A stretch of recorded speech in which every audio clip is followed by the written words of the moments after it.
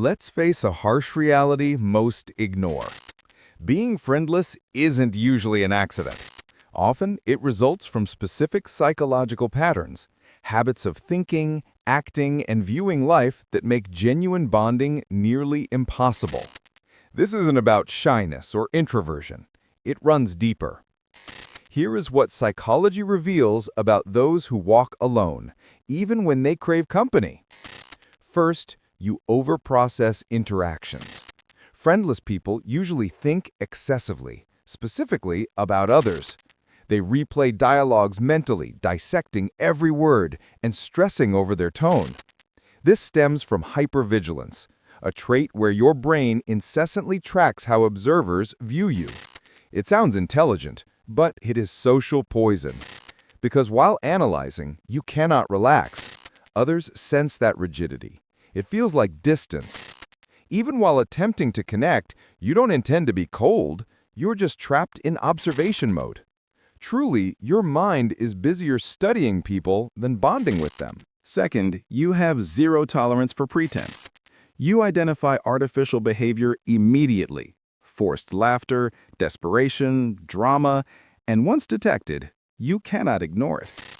Psychologists call this acute social perception, common among those with high emotional intelligence. But there's a catch. When you see the truth beneath behavior, you stop participating. You don't fake interest. You won't flatter. You never pretend to be impressed. In a society built on small talk and validation, such honesty isolates you. You aren't rude, you are real. But authenticity makes people uncomfortable. They mistake silence for arrogance, independence for pride, and disinterest for superiority. So they avoid you, not because you are cold, but because you expose their warmth as performance. Third, you are too self-reliant. Most bonds rely on tiny dependencies, shared feelings, mutual reassurance, or contact. Yet friendless people rarely need these things. They manage emotions internally. They handle crises alone. Psychology calls this emotional autonomy. It looks like strength on paper, but is isolation in practice. Because human connection thrives on vulnerability.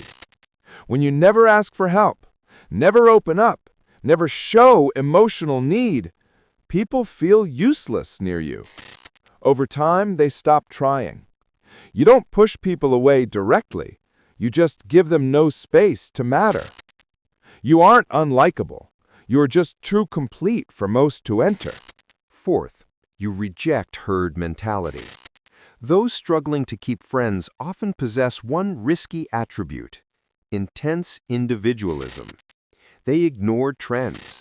They refuse to mirror groups or conform just to belong. It isn't rebellion, it's wiring. Psychologists call this low social conformity.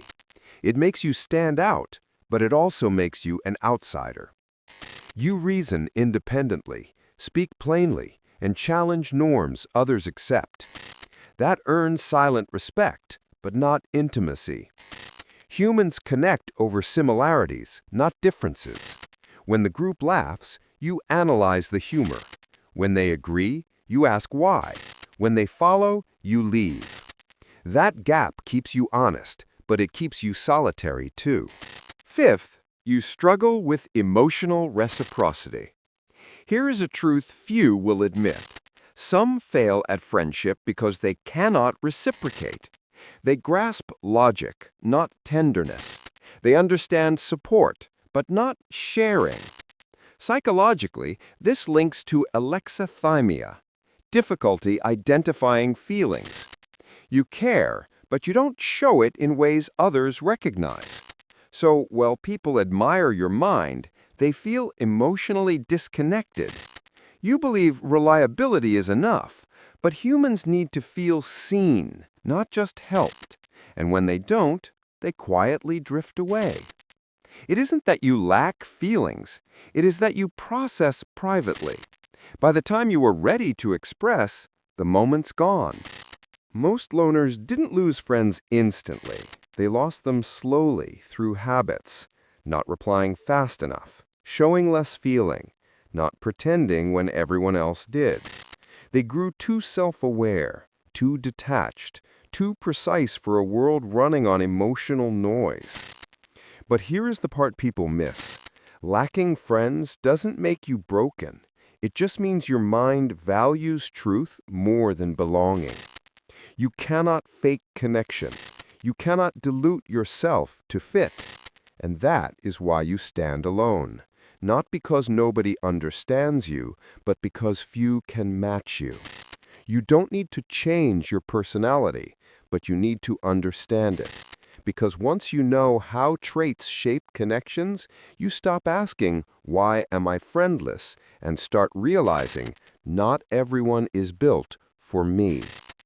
If you want to learn how your brain truly functions without lies, subscribe to Winds of Thought. Here, we ignore motivation. We discuss psychology that exposes the truth.